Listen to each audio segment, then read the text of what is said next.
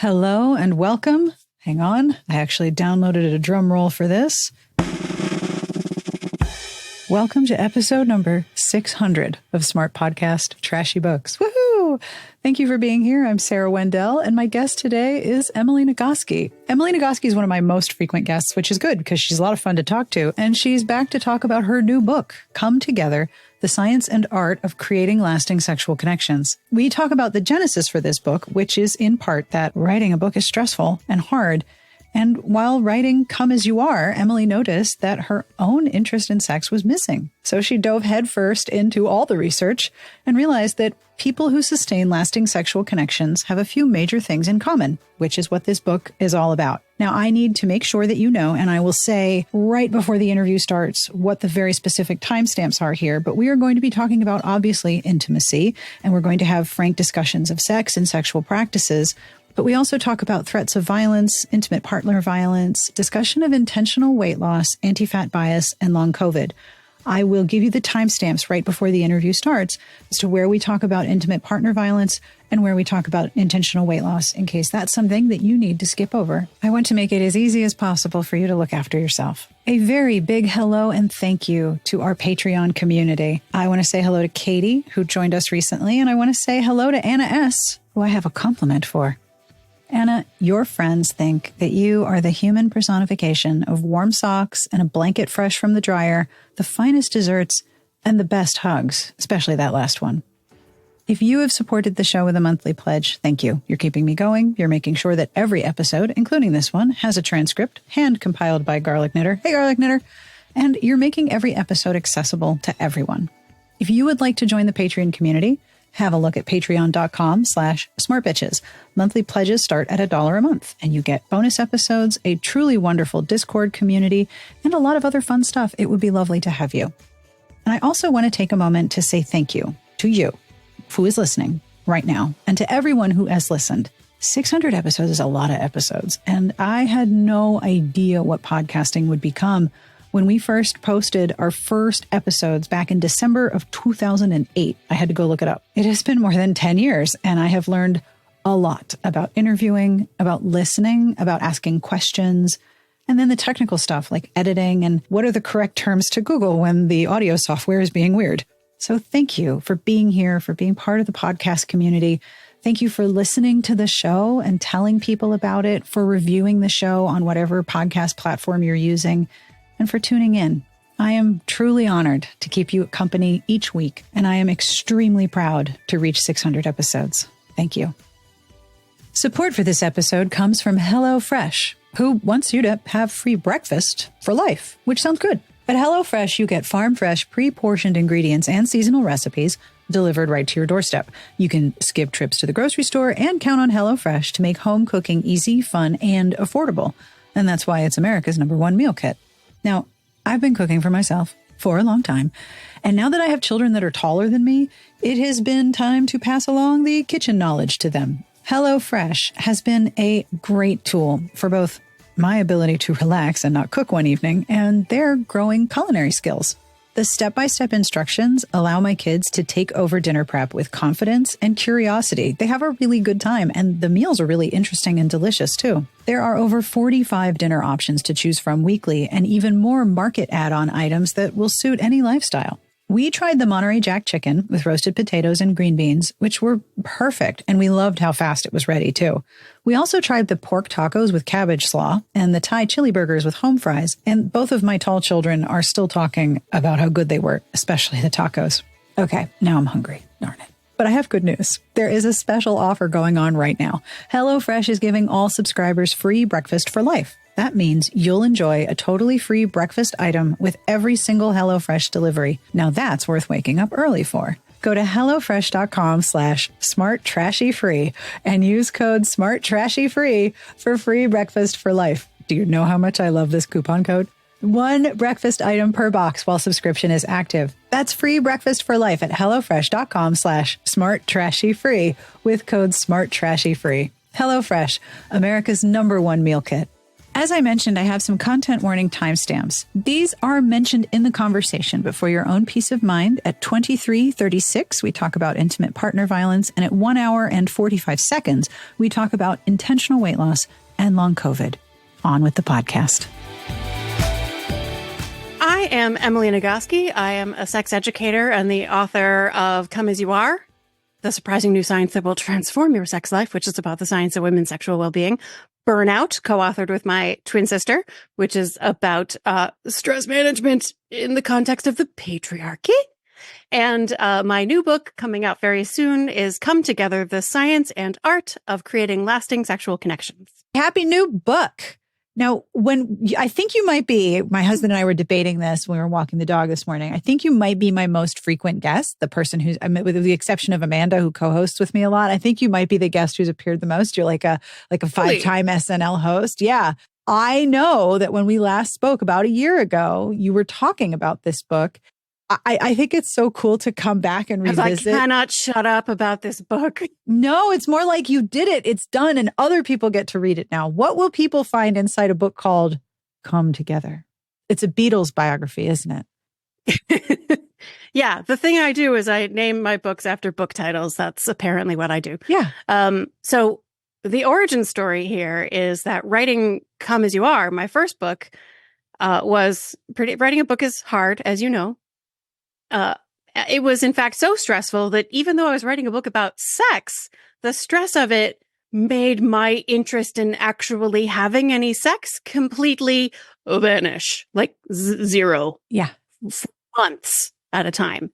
And then I went on book tour and I talked to anyone who would listen about the science of women's sexual well-being. It was so exciting, talking about sex all the time. And I would get home from the travel and I would try to follow my own advice. I'd, schedule sex and I'd put my body in the bed, let my skin touch my partner's skin. And what's supposed to happen next is my body's supposed to wake up and go, oh, I like this. I like this person. This is such a good idea. And instead, I was so stressed and exhausted, I would fall asleep and then cry. Oh, that's sometimes in the other direction. That's not optimal. That's not where you wanted to go there. Yeah. So clearly my own book had not answered the questions that I had about sex in a long-term relationship. So I did what anyone would do. I went to the peer-reviewed research, of course, on how couples sustain a strong sexual connection over the long term. And what I found there, first of all, totally different from everything in the mainstream cultural narrative about what sex in long-term relationships looks like. Second, shockingly doable, shockingly simple and straightforward, if people were willing to consider the possibility that talking about sex with the person you have sex with is not a sign that something is wrong, but in fact a sign that something is right. Oh, for sure. You have to be able to have intimate conversations in order to have intimate moments and vice versa, right? You say that. Yes, but it's not easy to do. A lot of people who are absolutely sure that having to talk about it means there's a problem. If things are fine, then you shouldn't need to talk about it. It turns out in the research, the people who have great sex lives talk about sex all the time. Oh, that I absolutely believe. Right?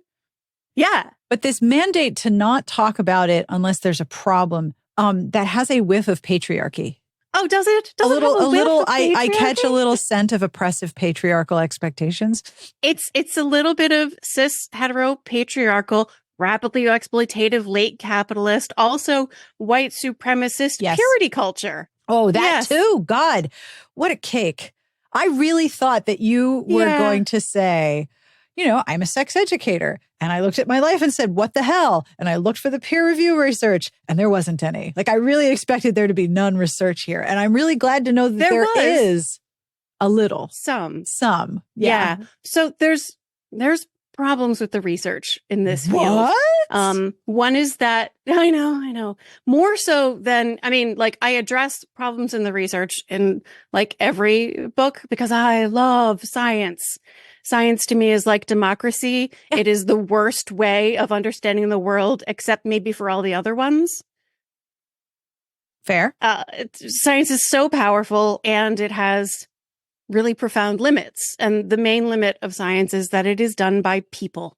even sex scientists are not required to examine and dismantle their pre-existing assumptions about who's supposed to have sex and what sex is supposed to look like before they start doing the research. And so there's a lot of white supremacy. There's a lot of fat phobia. There's a lot of ableism in the research. Open relationships and monogamous relationships are studied separately, as if the biology of human attachment and love is different depending on the type of relationship you're in.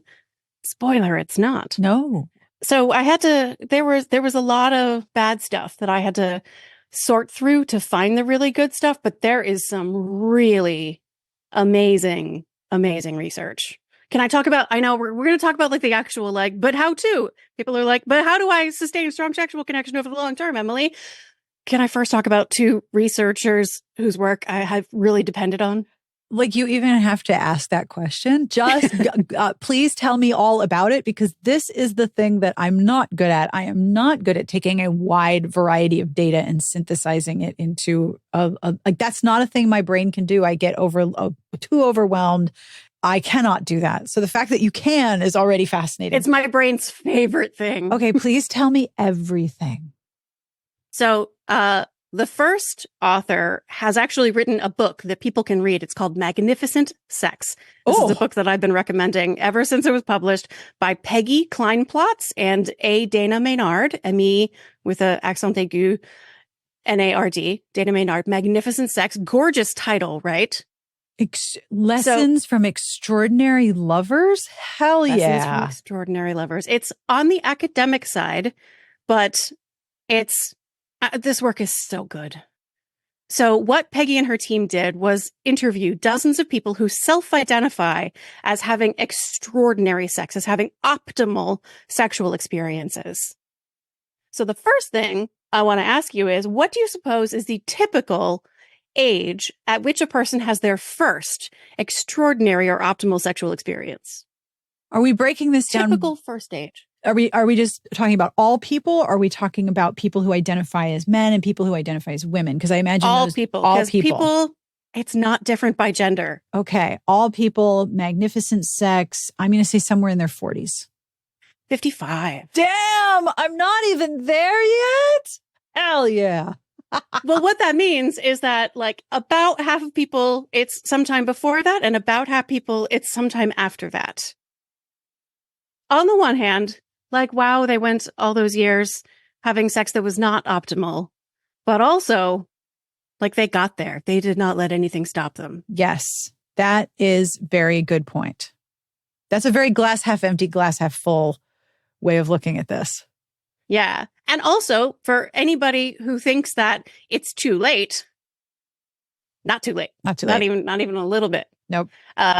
So Peggy and her team interviewed dozens of people of all different ages, different genders, different sexual orientations, different kinky versus vanilla, open versus monogamous, all relationship structures. This is some of the most inclusive research. One of the reasons it's so good is that it's inclusive. People of different neurotypes, just a really diverse population of people who self-identify as having extraordinary sex. Mm-hmm. And first, she has a list of 8 characteristics of what extraordinary sex is. You might be surprised to learn that a characteristic that is not on the list of what extraordinary sex is like it didn't make the top 10 characteristics, is desire. Like being horny. Not on the list. Wow. It's on the list. But you know how they do like extended New York Times bestseller list where there's a 10 and then the extended list is 15? Yeah. Desire's on the extended list. Oh my. Yeah. So that's our first clue that everything we imagine about sex and long-term relationships is not actually how great sex and long-term relationships works. Oh, that's fascinating. So they say things like vulnerability and authenticity and creativity and play and connection, right? Like those are things where you're like, oh, and pleasure, obviously. And you kind of want to know, how did they get there? And I will talk about that because it is one of the 3 characteristics of couples who sustain a strong sexual connection over the long term. So Peggy's research on optimal sexual experiences, spectacular. And there's a book about it, which I love.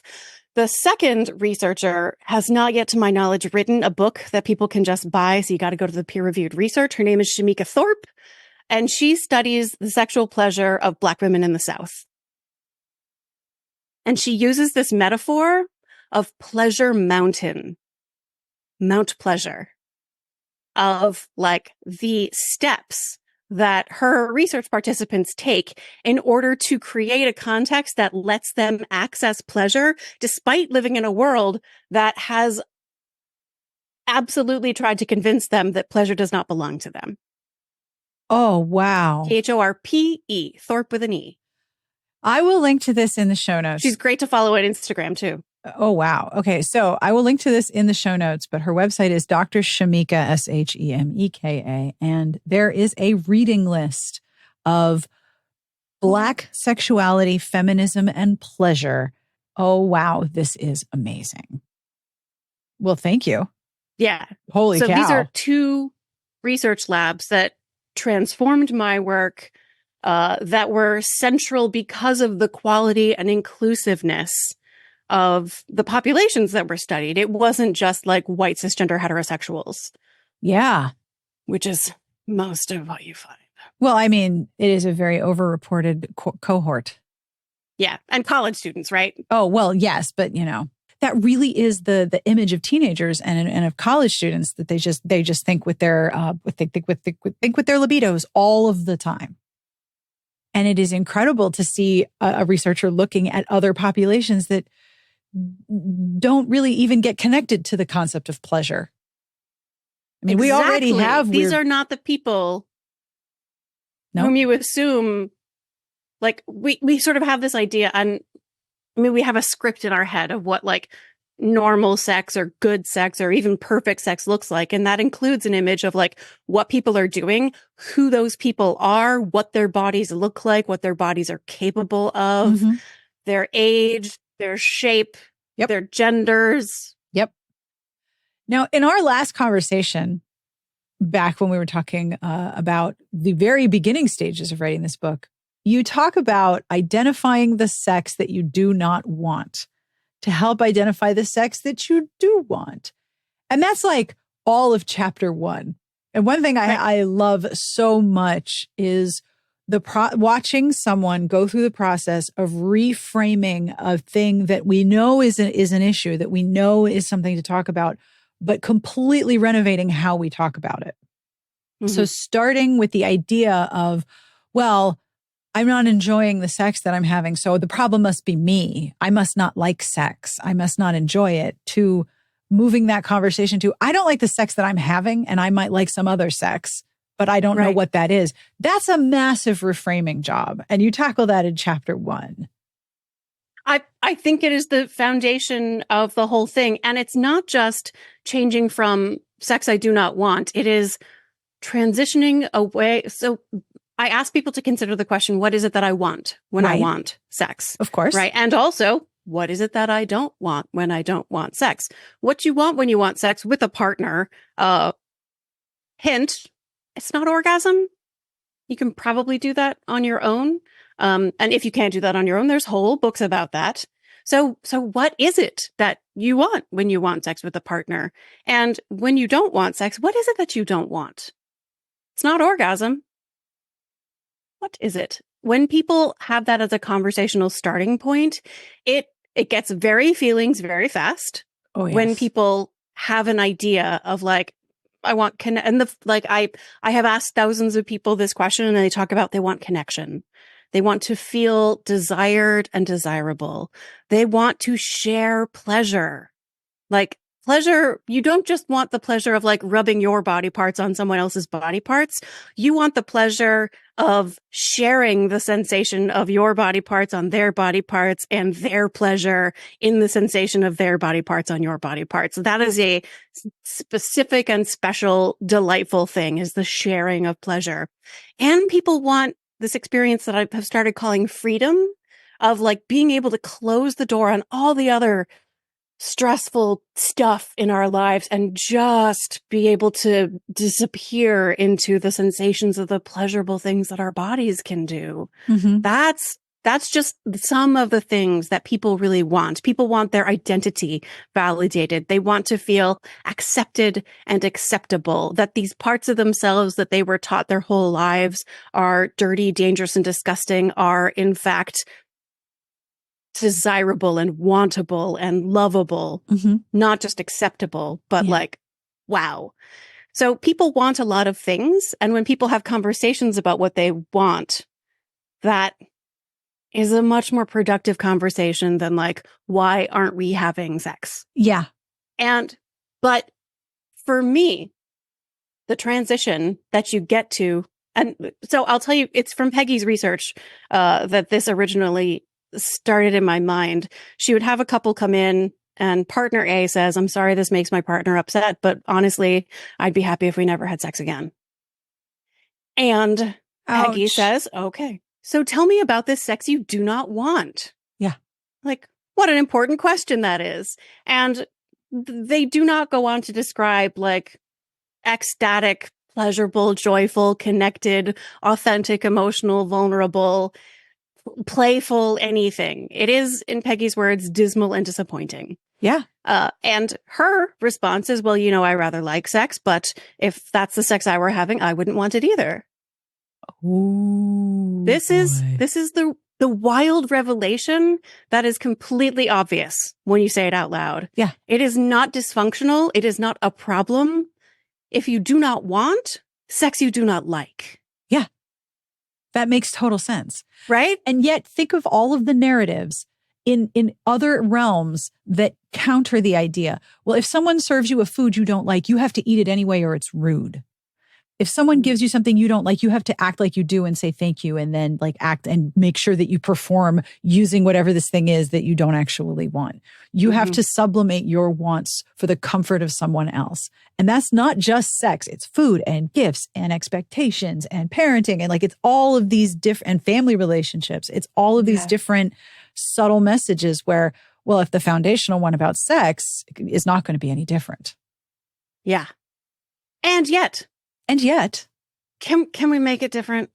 I hope so. I can't change the whole world, but going to a friend's house and eating the food they make, even though you don't find it delicious, doesn't have the same impact on your body as going home with your spouse of 2 decades and having sex again, where they get to put a part of their body maybe inside a part of your body, or and you're just doing it and being polite. Yeah, that's a completely different set of experiences on both sides of that. Yeah, absolutely. So while I recognize that, like, it's not easy, and we have all been taught to be so polite. Yes. And to just grease the wheels of social interactions and make sure that people just get along.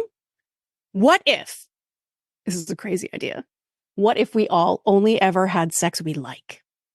And it gets crazier, it gets wacky, it's bananas. Yep. What if we didn't feel bad about not having the sex we don't like? Oh. What if that were just okay? What if it's okay to just prioritize our own pleasure physically and emotionally? What? That's madness. And you can even do it in like a long-term relationship. Yeah.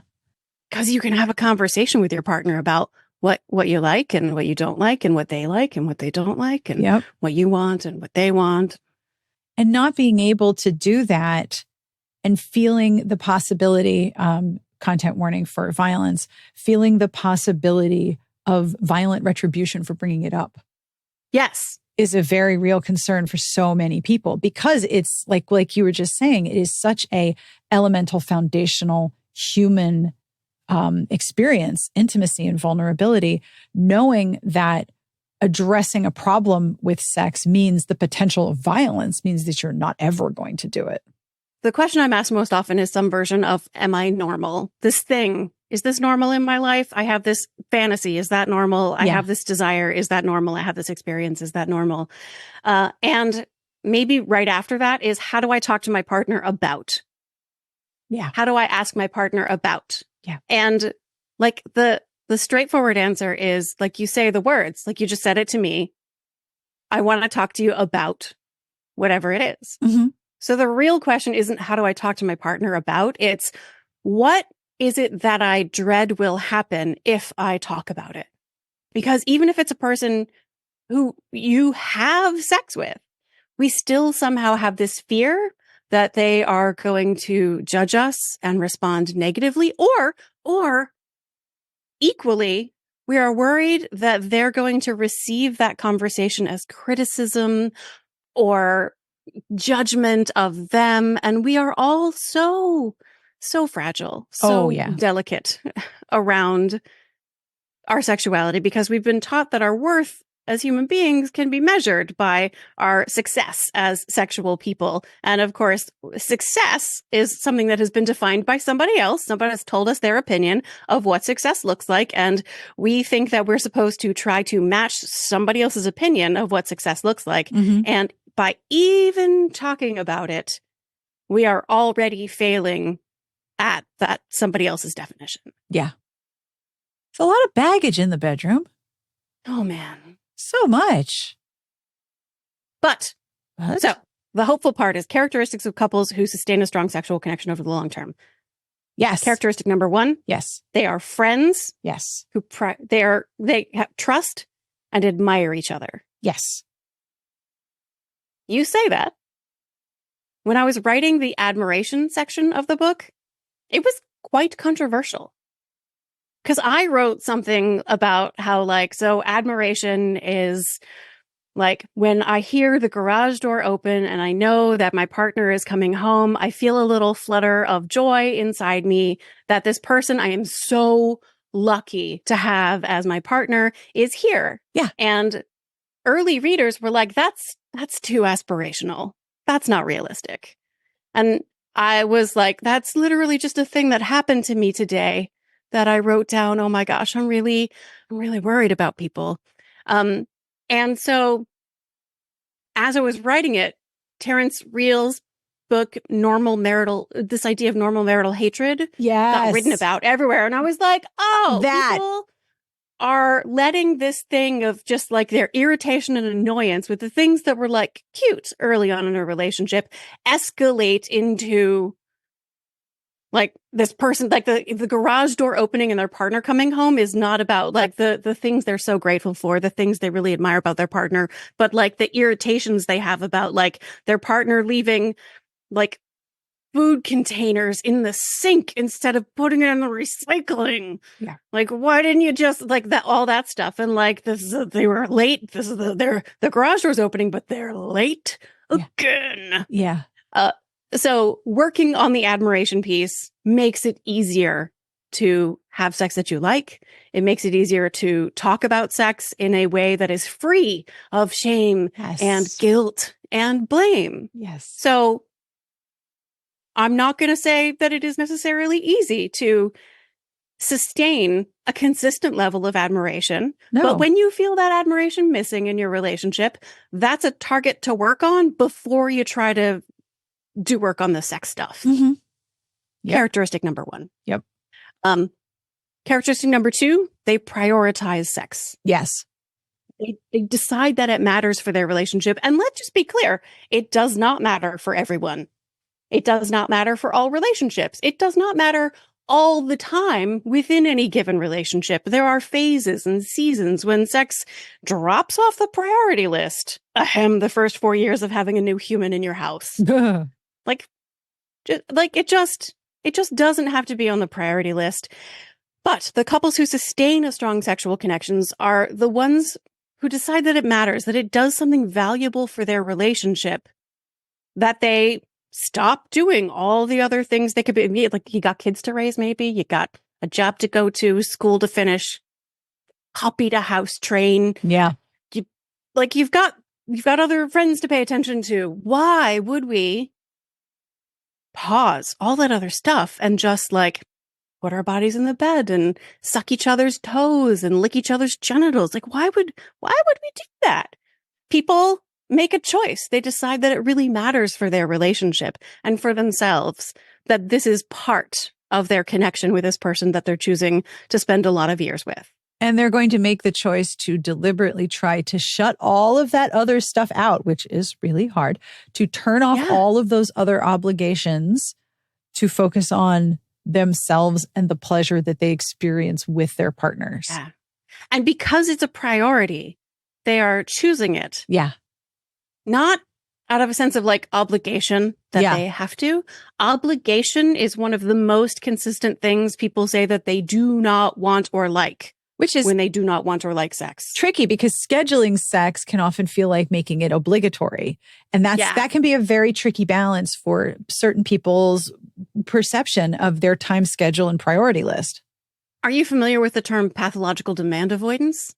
I am, yes. Pathological demand avoidance? Yes. Yes, I am. Characteristic of neurodivergent people in particular. Yeah. Especially maybe folks with ADHD. I'm married to one. It's where like the fact of feeling like you're supposed to, or like it's on your calendar, or like it's something you should be doing inherently makes you not want to do it and resent it and less likely to do it. Yep. So people do tremendously vary. And even without that, if you know, you are a person who schedules sex, but like lately you've been in a place of conflict with your partner or work has just been incredibly overwhelming. And that event in your calendar is just looking like another fucking responsibility. Right. Something else you have to do for somebody else. Energy that I have to not going to work for you. Yeah. Yeah. Yeah. Then don't schedule sex because it's not going to work for you. Yeah. I'm an advocate for a lot of people. The people scheduling works for are the people whose brains are slow to transition from one state to another. Yeah. And like you've got multiple children. You've probably noticed that this is a temperamental trait where people vary in how easily they transition from one task to another. Yes. Absolutely. Like some people they need to know when it's going to happen in advance. They need a plan for the transition, and it costs time and mental energy. Like it's actually expensive. In computer programming, they call it context switching cost. Yes. It's why multitasking doesn't actually work. It does not. Because you're doing one thing, and then you don't just like do another thing. There's a chunk that happens in your brain of transitioning to the other thing, which expends a bunch of energy and attention. And then chunk, you go back to the other thing. Yeah. And then chunk. And that is making you less able to invest your time and energy in the actual tasks. Yes. Because you're spending so much on the transition. Yeah. Transitioning into a sexy state of mind is a context switch. Yeah. And for some people, the cost of that switch, the amount of time and energy that it takes is higher than it is for other people. Those are the folks who benefit from scheduling it, knowing when it's going to be, making sure they have a plan for what helps them transition out of whatever state of mind they're going to be in before it starts into whatever it is. For me, it's baths. I'll be honest. Like, I know people make fun of the idea of baths as self-care, but there is something about a tub of like tits deep hot water that just like helps me transition out of anywhere into the place I want to go emotionally. Yeah. For my sister, who's a professional musician, married to a professional musician, it is hearing her partner practice piano. Yep. That's never going to be it for me because I'm not a musician and neither is my husband. Yep. Everybody has a different thing that helps them transition. So the people who are slower to transition are the people who will most benefit from having a plan. I talked to someone yesterday who read about this and talked to her partner. She was like, it's the end of the day. The kids are finally in bed. I get in bed with the iPad and I've already started watching The Golden Bachelor. And my partner comes in and was like, hey, do you wanna? I'm like, it's not that I don't want to say yes. It's that I'm already doing this. Yeah. Like I have already started on another task. And I just think about the effort it would take to draw my brain away from this thing I'm already attending to and shift into this other state of mind. Yeah. So they had a conversation about this. It's like, it's not that I want to say no, it's that it takes effort. And he said, well, what about if I just ask when would be a good time instead of, hey, do you want to? And that's such a better question. Oh, These absolutely. are simple communication changes that people can make. Yeah. Just adapting to the reality of having a human brain. Yeah. And also recognizing that the choice to engage in sexual intimacy is an expenditure of energy. Mm-hmm. But not only is it the choice to change focus an expenditure of energy, but sometimes coming up with the energy for intimacy is a real challenge at the end of the day. And and the energy required to watch The Golden Bachelor versus the energy to have a pleasurable sexual experience. Those are two different loads of energy right there. Oh yeah. So we talked about the couple where one partner doesn't want to have sex ever again. They'd be fine because with the that. sex that they are having is not great for them. Of course they don't want it. They don't like it. And so Peggy's question then is, so what kind of sex is worth wanting? Yeah. So that's one kind of couple who can struggle with low sexual desire, low sexual frequency. And then there's couples like me when I was writing Come As You Are, where like, I know the sex would be so great. If only I could get there. Yeah. Right? Like, but I can't. I have lost the ability to can. I can't. That's what I needed a solution to. Why? When I put my body in the bed and I let my skin touch my partner's skin, does my body not light up? Why do I cry instead with fatigue and overwhelm? I was just stuck. I felt stuck and I had to figure out, if I'm stuck, where am I stuck? Right. What's happening? How do I get out? Yeah. And how do I get from here to the place I want to be, which is the sexy state of mind? So again, I did what anyone would do. I turned to the father of affective neuroscience, Jaak Panksepp. As you do. And as anyone would do, I have a very normal brain and a very ordinary life. Yeah, for sure. He writes of 7 primary process emotions. One of them is lust. So these are 7 core mammalian brain emotional systems or motivational systems. And lust is the one where courtship and sexual contact happen. And I wanted to get there. I wanted to get in the lust space in my brain. So if I couldn't get there, where was I? I was in the fear space in my brain. I was stressed and anxious and overwhelmed, and I would get in the bed, and it doesn't matter how much I love my partner, how attracted I am to him. I'm stuck in the fear space. And until I get out of that space, nothing is going to happen. No. So by being able to recognize, like, these are the skills, recognize what space am I in emotionally? Yeah. How do I get out? Yeah. And then the hard part is, where do I end up? Because here's the tricky part. There is no doorway directly out of fear into lust. No, they don't live next door. So when you think about times that you're really, really stressed and you manage like very effectively to get out of a stressed, like fear state of mind, where do you find yourself? Like, what sort of situation are you in? What emotions are you having? I honestly don't know. I would really have to sit and think about it because I don't label the next one. I'm just glad I'm out of that first one. Right. Yeah. Yeah. This is why it was complicated and why it required the father of affective neuroscience. Because I thought about it and I was like, well, so I go to like rest and repair, recovery for my body.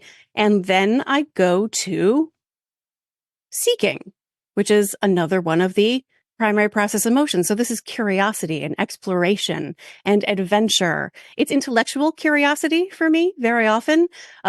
For some people, it's actual like adventure out in the great wide somewhere. I have friends who sold all their stuff and traveled around the world. Sounds like a nightmare to me, but they loved it. Stuff went wrong all the time. Yep. And they got to collaborate together on like dealing with like the lost passport and the canceled flight and all the things that went wrong. And it felt very bonding for them to have that adventure in the seeking space because they didn't deal with it as like, oh, what a hassle. Can't believe we're dealing with this. They were like, oh, we're going to do this together. Yep. We're going to have this adventure together. Yep. And it was great for them. And they have the babies to prove it. So for some people, seeking is like cooking, like curious, like what's a new recipe I can do? It feels like an adventure to explore new flavors. For some people, it's going to an art museum or to a lecture. the curiosity seeking space for me has a doorway directly into lust. So if I can get out of fear, I take care of my body. I find myself in my seeking space of being curious and exploring. And this was very easy when I was in grad school, because when I was in grad school, I dated other grad students. Oh, wow. And we would talk about each other's research. Yep. And there's a slip and slide from affective neuroscience conversations right into the lust space for me, because I have a very ordinary brain. But suppose you find yourself in another space, the play space, which is the biological motivational system of friendship. Yeah. Where you engage in behaviors for their own sake. Yeah. Not to any end. Yeah. Because everybody involved likes it. Yeah. And there's nothing at stake. Yes. And it's not clouded with judgment and negativity. Right. It is just totally open. Free of judgment. It Yeah. is just, I mean, like, I think of my dogs when I think of the play space, that play bell of like, hey, that like softness and openness, which is an invitation that like, if anything hurts, like that was an accident. I mean, no harm. Yep. Oops. And then you move past it. So the play space, when I was talking to people, early readers, and as I started teaching this idea of what I'm going to call the emotional floor plan, Yeah. because it's about mapping, like how do I get from one place to another in my own emotional landscape? Yes. Right. The play space turns out to be the one that surprises people as being really important, as having a doorway into the lust space. Sex on vacation. Yep. Why do so many people so successfully connect with their partner on vacation when it's difficult for them at other times? You have eliminated all the stuff you're worried about, and you can just play. There's nothing at stake. You can release all the worries and concerns and identities that you need to hold on to in your day-to-day life. Yep. And just play. So the play space for a lot of people turns out to be really important, and it's one people don't think about very often. And that's another space that for me has a doorway. Like if I can get to the play space. Yeah. And again, there's no door from fear into play. No, you have to navigate. I have to get to some place. I have to get through the fear space. I have to like process the stress, see all the other times that I have ever talked to you about completing the stress response cycle. Yes. And let me tell you, tits deep hot water. Give me a hot bath. Like that is one of the things that really does it for me. Let me cry for 15 minutes. Yep. Take a hot bath. Yep. Listen to a very sexy audiobook, and I am ready to go. Now, I want to ask you about books, but I also want to ask you before we move to that topic, I wanted to ask you about one of the elements of sustaining a strong sexual connection is uprooting the gender binary from your psyche. Yeah. Right. Third characteristic of couples who sustain a strong sexual connection. One was that they have a strong friendship at the foundation of their relationship. Yep. Two is that they prioritize sex. It matters to them. Mm-hmm. And so they talk about it and they maybe put it in their calendar, and it matters to them that they do it. And so they put in effort. 3, they reject all of other people's opinions about who they're supposed to be as sexual people. Yes. In order to create space for who they truly are, each of them individually as a sexy person and together as a partnership. And that includes all of the lies we have been fed since before we were born about who we are as gendered people. All the rules and regulations about who you're supposed to like and how you're supposed to express emotion and which emotions you're allowed to express and what sex means to you, based on nothing more important than like the organization of your genital structures. Yeah. It's all like a big frickin' lie. It's all nonsense. And it's all of it. And all of it is just obstructing your access to greater and greater pleasure in your life. Mm-hmm. And I will be totally honest, this isn't easy for anyone, even folks who are trans and non-binary, even in people who are not in heterosexual relationships, even people who've already done a bunch of work around this stuff. It is buried so deep. It got its roots in so early in our lives that you're going to keep finding it over and over and over again. Yeah. But when you engage in this practice of like de-binarying your own psychology and your relationship, the reward is that is the doorway to the kind of sex that turns the universe into rainbows. Yeah. I'm going to say worth it. Yeah, I hope It so. is. Yeah. It's not easy. No. And I'm not going to lie to people and be like, just dismantle the patriarchy in your relationships. It's just a cake. Yeah, just to remove all of the gender binary language that you've ever heard in your life of several decades about how you should be as a person who identifies as X. Yeah. All the assumptions you have that somebody else put in your brain about what your partner is supposed to do and say and how they're supposed to act and what their role is in your erotic connection. What if all those assumptions, you start from scratch? Yep. And there's also just very simple, pragmatic steps you can take. Like if your bedroom is reinforcing feelings and ideas about who you used to believe you're supposed to be as a sexual person, get rid of that shit. Yeah. Change your bedroom. Paint is amazing. Paint is amazing. Part of our process was just noticing, so we generally keep the door to the bedroom open because the dogs like to be able to get to the bedroom. But we don't necessarily want the dogs in the bedroom during the sexy time, so we close the bedroom door then. And it used to be that we had this little chest that propped the door open, which wouldn't stay open on its own. And so closing the door meant moving this heavy little chest and then pulling up a lot of the big corner of a carpet so that the door would close. That's too many obstacles. It was just too many steps. There's too many obstacles. So we got rid of the rug and we replaced the little trunk with a tiny trash can. Victory! Right? Yeah. We live in New England. It gets cold in the winter at night. And nobody wants to get out of bed to go get a towel. And, sometimes there's fluids involved. It can be a little messy sometimes, yes. So there's wiping involved. Yes, of course. You got to have a sex towel. So you put the sex towel in your bedside table. Don't keep them in the bathroom. Just put them right there so nobody has to get out of bed in order to do the wiping, in order to manage the wet spot. Yeah. Just have them right there. Yeah. There's simple, easy things you can do. If having like a lot of clutter on your nightstand or bedside table feels like a distraction and a to-do list, just move it somewhere else. Yeah, get rid of it. And that again is a form of prioritizing sex because you're visually prioritizing your comfort. If you keep your clothes in your bedroom and there are clothes that say mean things to you about your body, you can keep your clothes anywhere you want. Don't keep them in the bedroom.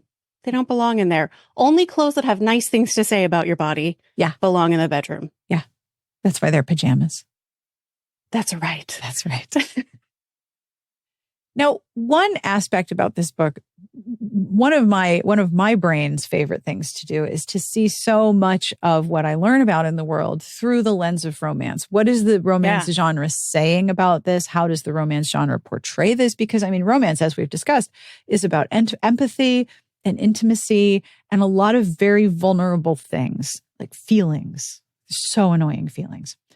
If you're looking at this particular subject through the lens of romance, it's really wild to recognize some of the aspect of romance that are incredibly sex positive and incredibly empowering and incredibly human and humane. Especially over the last 20 years. Oh boy. Yes. And there are some that are not, because romance, when I got to the part where you were talking about sexual imperatives and you listed sexual imperatives as coital imperatives, variety imperative, performance, confidence, the sex imperative itself, like you are a sexual person who has sex. That's all of those imperatives are so baked into romance narratives of sex.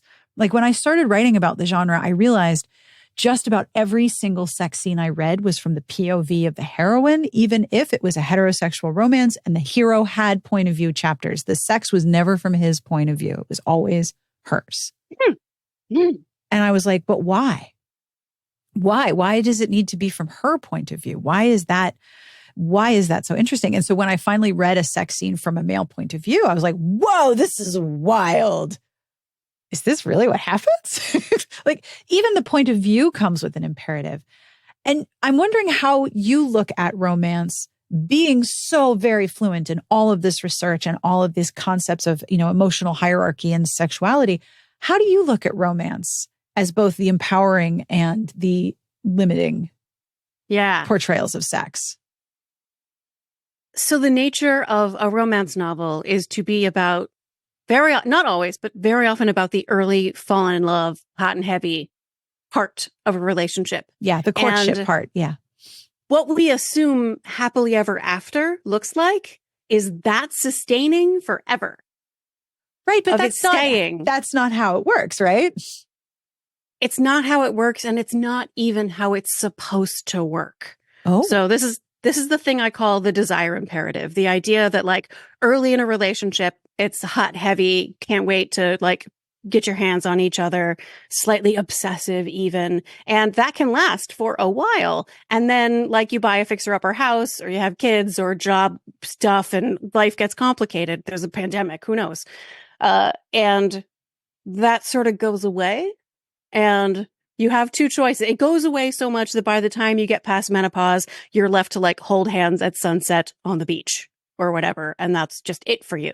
And there's only two options. Either you accept the disappearance of your sex life or you fight to keep the spark alive, to keep it the way it was when you first got together, the hot and heavy, fallen in love, can't wait to get our hands on each other. And even the keep the spark alive language implies that it will die unless you do something. Right. If I could eradicate one phrase from the English language, it would be keep the spark alive. Yeah, I can see why. Or reignite the spark. Because the deal is desire is not what matters. And I understand why novels are all about desire, because it's a story where characters are pursuing a goal. Yes. I get it. Desire is what drives narratives. But pleasure is what drives eroticism. Pleasure is what drives sex. Desire is such a big thing. And in real life, you want the stakes to be low. You want there to be nothing at stake. You want it to be pleasure for its own sake because you both like it. So, on the one hand, I get the hot and heavy falling in love. I am a reader of romance. I love it. Oh, yeah. And it's getting better and better. One of the, obviously, Courtney Milan's new book came out, auto-buy, immediate read, read it in one day. Yeah. The Marquis Who Mustn't. The main character's parents are asexual. She doesn't name it. It's a historical romance. They're not going to name it that. But it's just this like normal. The heroine's perceives her parents' relationship as loveless because they don't sleep in the same bed together. And she thinks that passion and eroticism is part of what it has to be in order for it to be love. Right. And she has a talk with her mom about like, yeah, no, we just figured out that like neither of us cared about this thing that everybody told us we were supposed to care about so much. And so we don't sleep in the same bed and we love each other and are supportive partners to each other for all these decades. Yeah. And like that doesn't have to be part of what it means for us to love each other like crazy. Yeah. I think I met you at an RWA right before Come As You Are came out. It was 2015, like a month after Come As You Are came out or something. Yeah. So 2015, we're almost 10 years later. It's almost been 10 years. Imagine going back to that time in romance and having asexual heroines, asexual characters even. It was just not even a thing that people were thinking of then. I love how much the genre can change and how quickly it can change. So back in 2020, Rachaeline Maltese said that romance has a liberation wing, which is where protagonists will bend the world to find their joy, and a compliance wing where characters bend themselves to find their joy. And romance operates with both, right? But it's so true, right? It's so true. There are both. Yeah. And I can think of 30 examples of both in 10 seconds. It's not a problem. I'm noticing how strongly I'm reacting to like, there's only one of those that I like. Yes, there's only one of those And, that I enjoy. Like, I notice like a sense of like, oh no, when a story looks like it's going to go compliance. Yeah. And instead it goes like, bend the world. Yeah. And one writer who's really good at that, I think, is Nalini Singh, because especially in her worlds have rules. There are rules to how things happen. And you think, oh, she's going to either have to break the rules of the world to make this ending work or break the character's core to make this work. Yeah. And then there's a third option that you do not see coming that is liberational of both. And it's like, oh, yeah, Nalini, you devil. Like, yeah, there are so many ways in which romance remains compliant to sexual imperatives and reinforces heteronormative patriarchal purity culture. There's a lot of that. There's still a lot of purity culture, even when you think it's not. It's there. It's everywhere. But then you also have so many romances that are liberating the idea that there's only one kind of sex and there's only one kind of sexuality, which is very, very inspirational. And it's interesting to see when you have names for the imperatives, where they are, where you can spot them, right? Yeah. One of my favorites is the performance imperative. Yeah. So these come from a book that is about sex messages in the media, and applying these to romance novels is exactly what I was doing while I was reading this book. And my favorite one is the performance imperative, which they describe as an ambitious employee working hard to pursue a promotion. So like you put work into being a better sex person. Yeah. Because you want to be like a champion. You like dress for the job you want, not the job you have. Like somewhere there's an app and you want 5 stars. Right. Like you're trying to get the 5s. Like, yeah, absolutely. Yeah. I mean, like the interpretation of that in the context of the gig economy, that like with every sexual encounter, you want to make sure you're a 5-star lover every single time. And like the amount of performance inherent in like, I'm going to like make sure this person has a super experience. Whenever I read of like heroes who are just like so good in bed. Yeah. Like he's really good in bed. She's a master of everything in bed. That's not a thing in real life. That's not real. Great sex comes from paying attention to the specific individual that you are with. And if you possibly can manage it, paying really close attention to their pleasure while also simultaneously paying attention to your own pleasure. Yeah. And that's not like a skill, like a skilled lover. That's not what authors often mean when they talk about a skilled lover. They mean somebody who does good things with their dick, usually. Yes, they know where the clitoris is. And the thing that always... Not bad. Not bad. I'm in favor of it. I am in favor of the locational skills thereof. But everyone's clitoris is going to react to a different approach, and the same approach is not going to work for every single person. And so it's like, okay, so he knows where it is and he knows what it does, but that doesn't mean he knows how this one works. Yeah. Yeah. As porn star Nina Hartley puts it, the clitoris is not a doorbell. No. What is this book that you mentioned that talks about the sexual imperatives?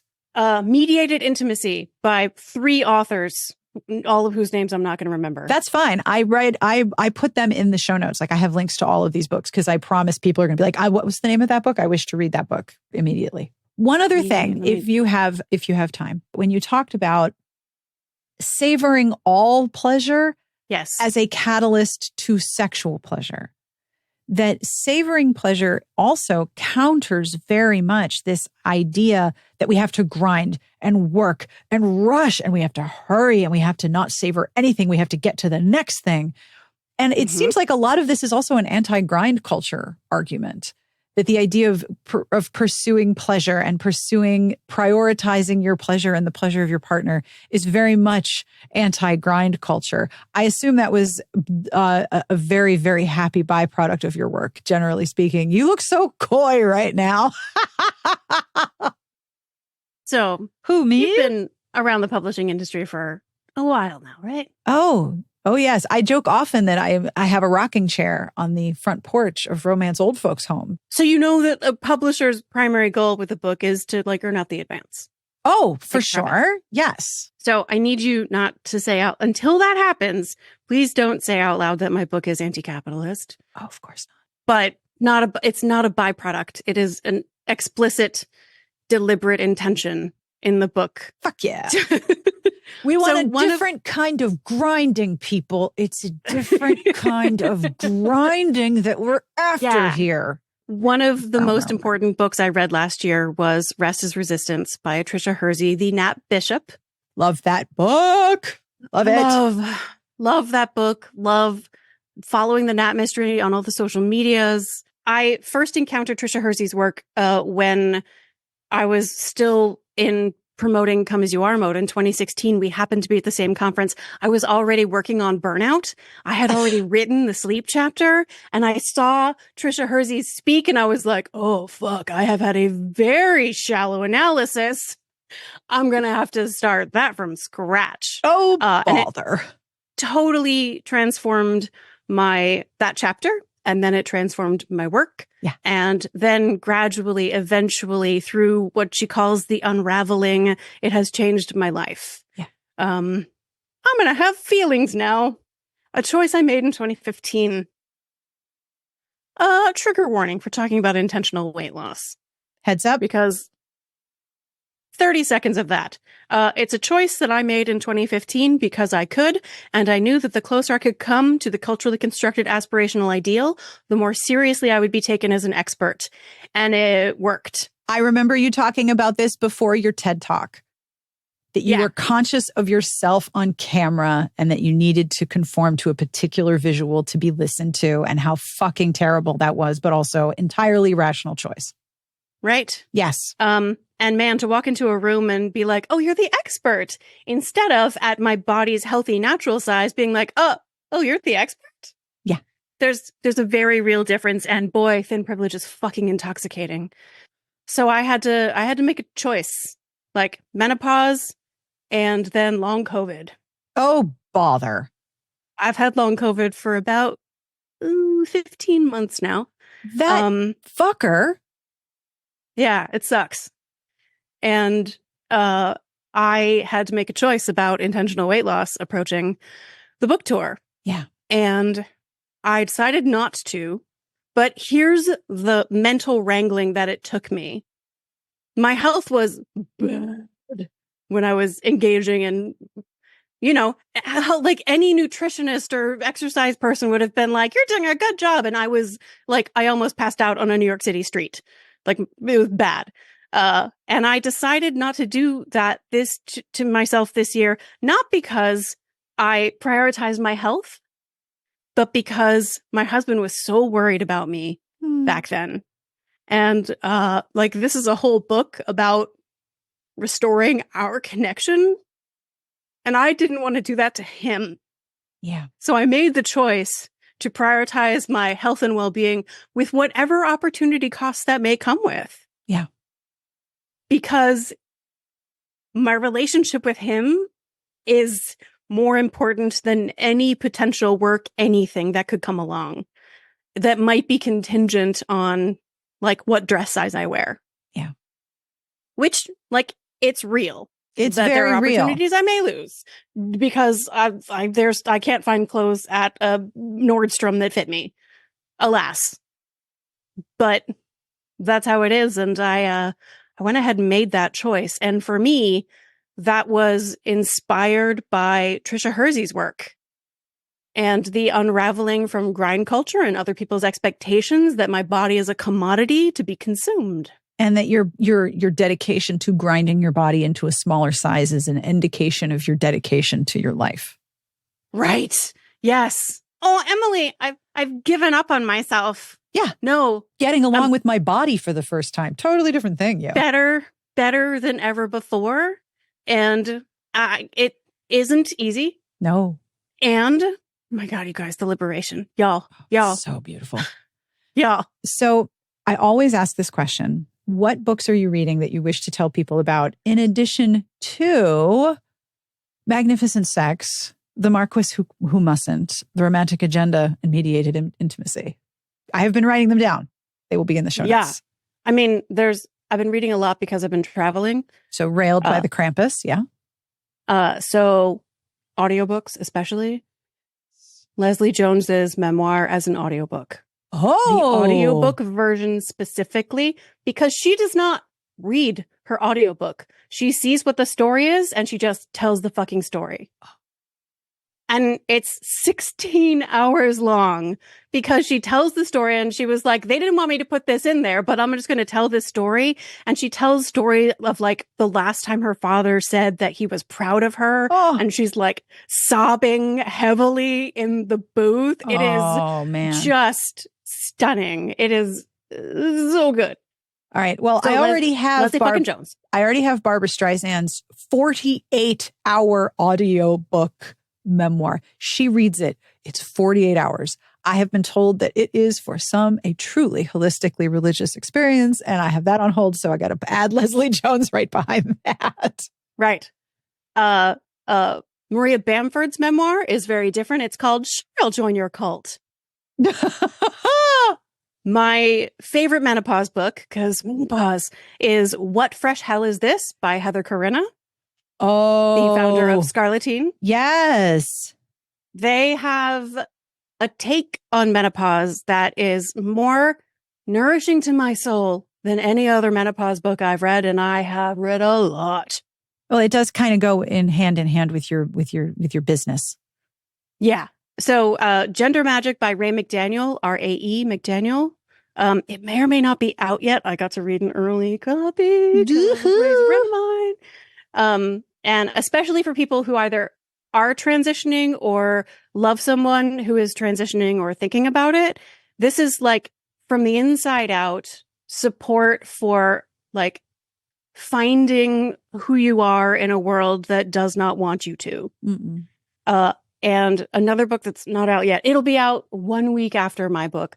If you're like, I want a book that's just about relationships, not necessarily about the sexy times, Love by Design by Sarah Nasserzadeh is so good.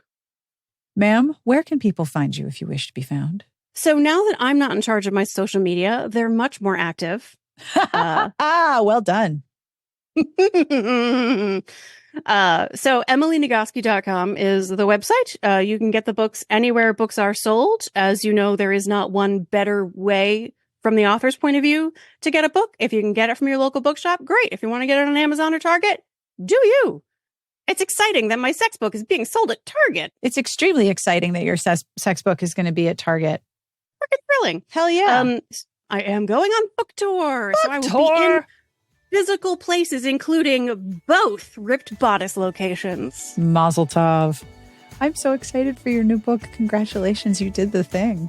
I did the thing. I'm never doing it again. I'm definitely going to write another book. It's going to be short. I'm going to write the shortest book. I'm going to write a board book about sex.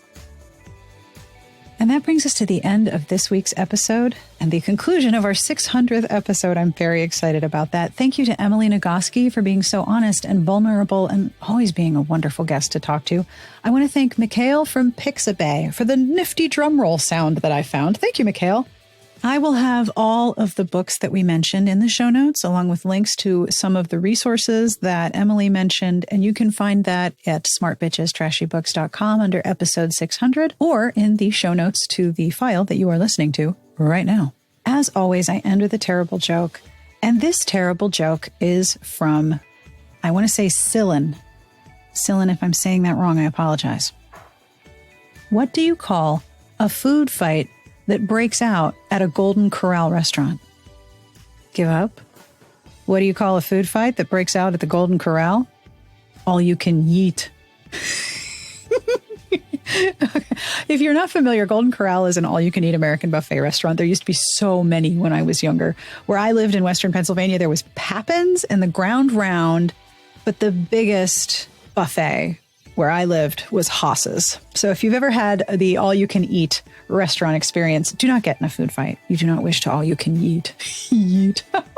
On behalf of everyone here, we wish you the very best of reading. Have a wonderful weekend, and we will see you back here next week. Smart Podcast Trashy Books is part of the Frolic Podcasting Network. You can find more outstanding podcasts to subscribe to at frolic.media/podcasts.